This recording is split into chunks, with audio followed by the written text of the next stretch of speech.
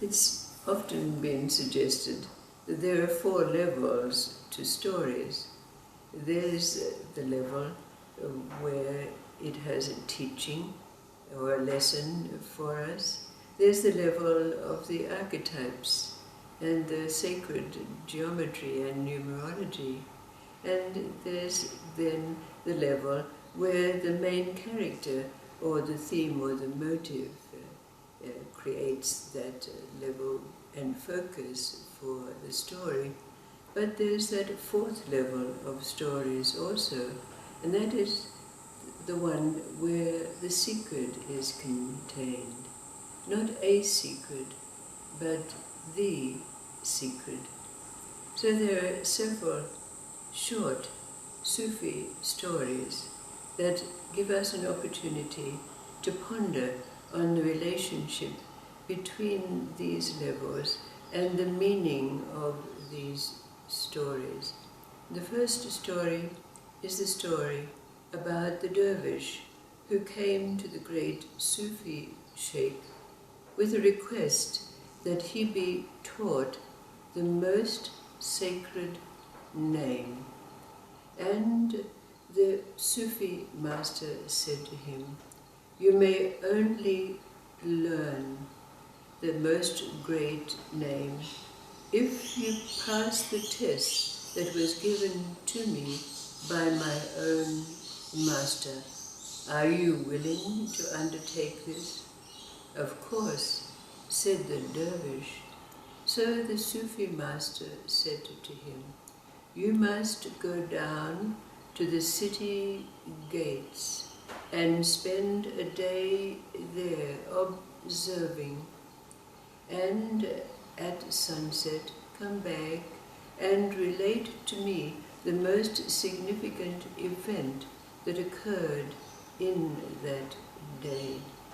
So the dervish went off as he was requested to do, and spent the day beside the city gate. In the evening he came back to the Sufi master.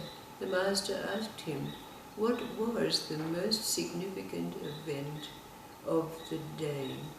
And the dervish said, "Well, there was a moment when an old man came to the city gate carrying a heavy load of wood.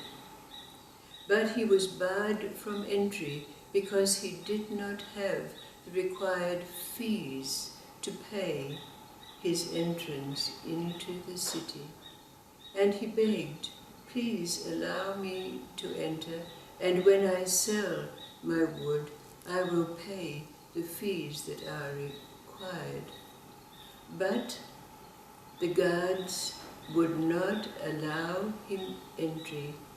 In fact, they beat him, and they took away his load of wood and sent him away." So the Sufi master asked of the dervish, "Well, what was your feeling from observing this experience?" And the dervish said, "My thought was, if only I had known the most sacred name, the fate of that old man would have been different." And the Sufi master said, "O man of great felicity, my master was the old man carrying the load of wood." The second Sufi anecdote is again about a seeker who came to a great Sufi sheikh, and again he also asked to learn the most sacred name. And the master said to him, "You can do so only after passing a test. Are you willing to undertake this test?" "Of course," said the dervish. "What is it you want me to do?" And the master said, "Take this box and carry it to my friend, master." And he named a great sheikh who lived on the other side of the river in another city. "Take this box and give it to my friend, unopened." The dervish did what he was told, and he took the box. But halfway across the river, he could not resist the temptation to peep inside to find out what the contents of the box was. When he did so, a mouse jumped out of the box, dived into the river, and swam away.